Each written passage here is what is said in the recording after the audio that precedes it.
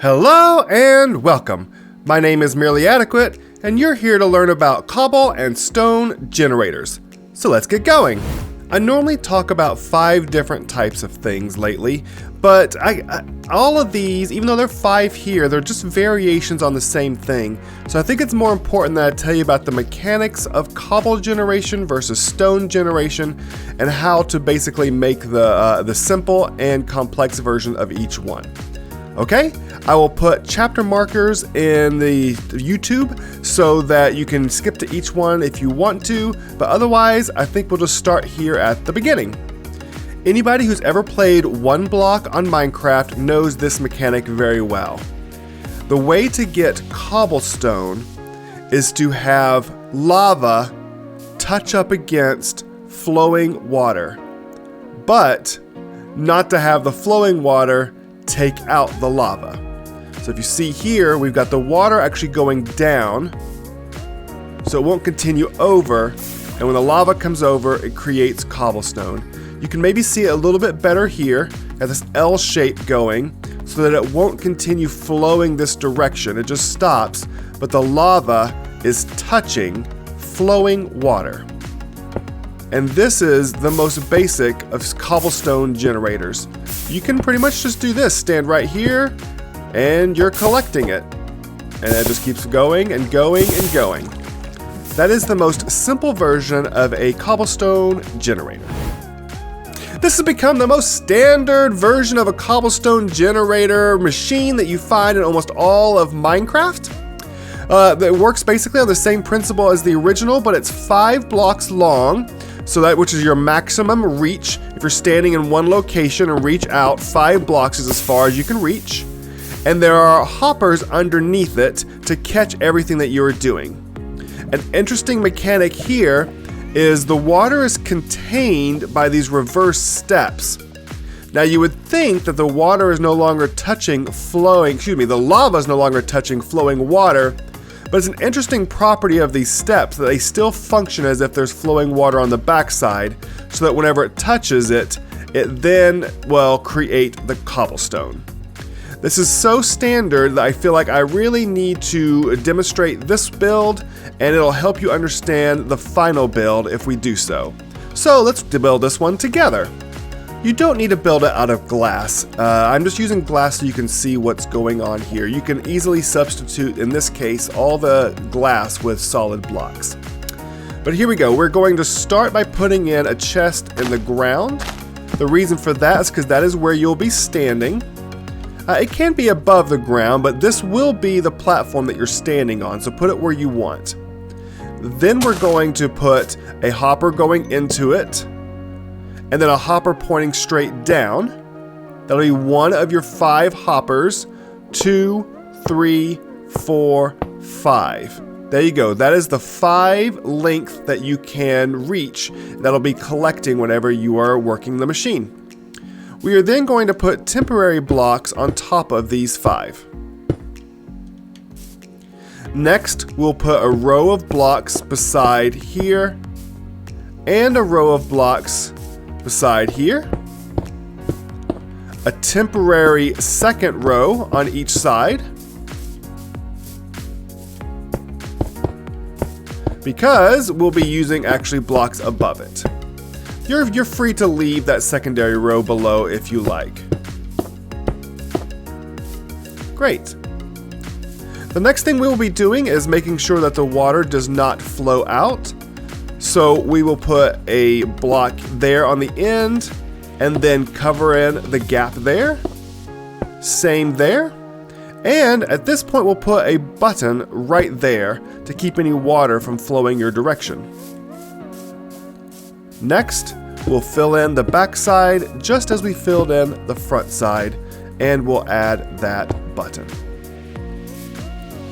We'll come here to the top, and on one side we will put the stairs 2, 3, 4, and 5 with buckets of water 1, 2, 3, 4, and 5. On the other side we'll put lava. You'll need at least 3 for it to flow out correctly, but I always like to put all 5 if I'm able to have access to that much lava. And that is it. We simply break out the temporary blocks, and then our machine is fully functional. To make stone instead of cobblestone, the lava needs to come directly in contact with a water source block, not a flowing water block. Now the water can be flowing down here, but it's mainly this corner up here. Whenever it comes down, if it's touching a solid water source, it'll make stone, like this. Now, this seems like a good way to make it, but what happens after a while is the lava will kind of take over and tick faster than the water, and at that point, it takes over and the water source is gone. Let me reset. Now I've added a stair facing towards the lava, allowing the lava to come in contact with the source block that's there inside of it, that's waterlogged inside of it, and it works as it did before. Now this time the lava still can overtake like it did there, but by simply putting in a block and removing it, you can continue making stone. But this is actually a very slow, terrible way to make stone. This is more of an example of how the process works. This is also a slow and terrible way to make stone, but it is a fully AFKable one, and it's like the cheapest fully way to AFK.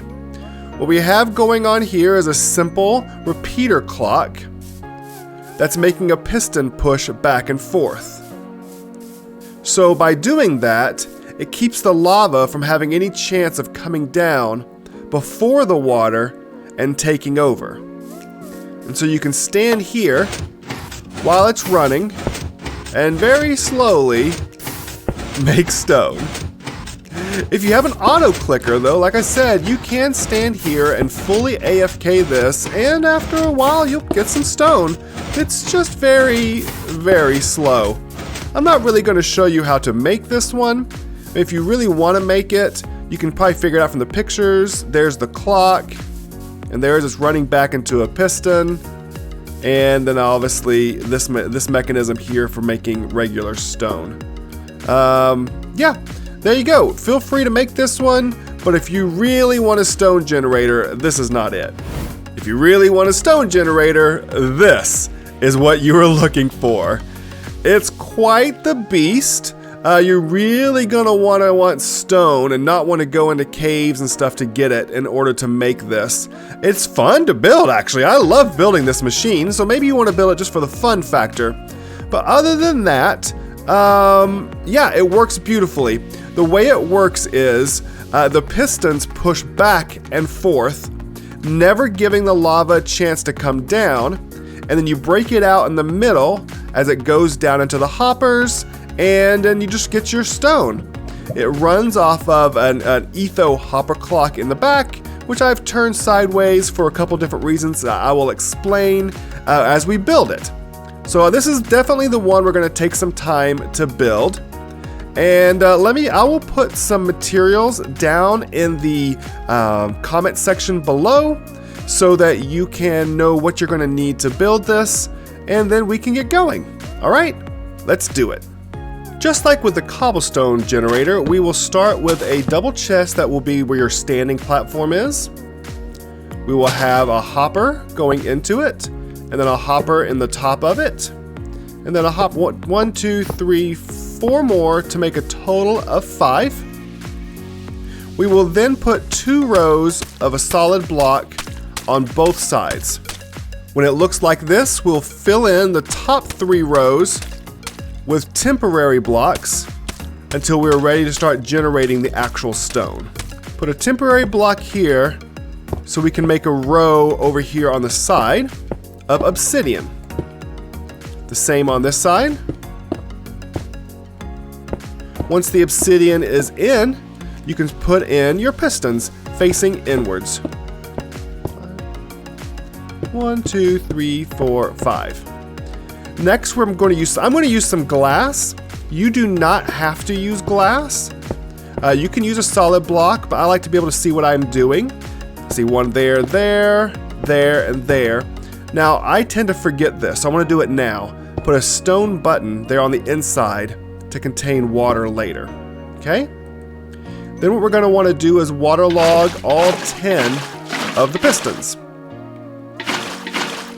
After that, we're going to put glass or your solid block on top of the pistons. We're going to put it running down the middle. And we're going to go 1, 2, 3 on the sides to cap those in. Now we put the lava in. 1, 2, 3, 4, 5. 1, 2, 3, 4, 5. And at this point, technically the stone generation portion of your machine is finished. Now we need to start adding the redstone components. Coming out the back of the machine, you're going to want to put a block right there, not inside here, but right there. And we'll have a comparator running into that. Leave a gap of 2. Put a comparator facing the other direction and a solid block, just like that. We will then put down a temporary block. I'm just going to use the hopper because I'm going to have, oh dear, hoppers running into each other, which I apparently can't do correctly. So you see, they're facing and running back and forth into each other. All right. Then we're going to put some red dust on top of each of these blocks. We're going to put pistons facing in just like this. Oops. And we're going to put a redstone block right there. That is a standard etho hopper clock. Now we need some observers. We'll have the observers looking into that dust there. And we'll have some an observer looking sideways into this dust here. See, from above, one's going this direction, one's going that direction. Great. And then a block, a block, a block, and dust, dust, dust all the way across. Great. And then basically the same thing here, just further to travel. One there, all the way over and up. And then dust all the way across, just like that. And before we get this thing running, we're going to want to make sure we have a mechanism for turning it off. So we're going to put a switch out front, right there to the right. We're going to put 2 solid blocks here. Then we're going to put a repeater here. And we're going to put dust right there. And that will enable us to turn it off. All right. Depending on how much lag and stuff there is in your world, this next step may change. But I have found that 4 items in the etho hopper clock seems to work the best for me and my world. Sometimes 3, sometimes 5. It just depends on what works best for you. You should just give that a try. So I'm going to put 4 pieces of sand into there. And the clock is now running. And I'm going to stop it. And there we go. Your build is complete. The last thing we need to do is get rid of all these 3 rows of temporary blocks, but you should probably do that while it's running. So let's turn it on. And then we'll start just digging out. And eventually these temporary blocks will be replaced with stone, and we are off and running. I find this machine works amazing. It is possible to be faster than the machine. But you'll have to be insta-mining because see, I'm in creative and I'm insta-mining and I'm just getting to the end each time. The other thing I never have a problem with is I never have a problem with the lava coming down or turning anything into cobblestone, which is an occasional problem with these machines. You'll end up with 1 or 2 blocks inside occasionally turning to cobblestone. But other than that, this works perfect. I love it and I hope that you will too. Well, alright, as usual, if you have any questions or comments about stone generation or cobblestone generation, please leave them down below. If you've enjoyed this video, please consider leaving a like or maybe even subscribing. And yeah, I hope you enjoyed this video and I hope that you found it adequate.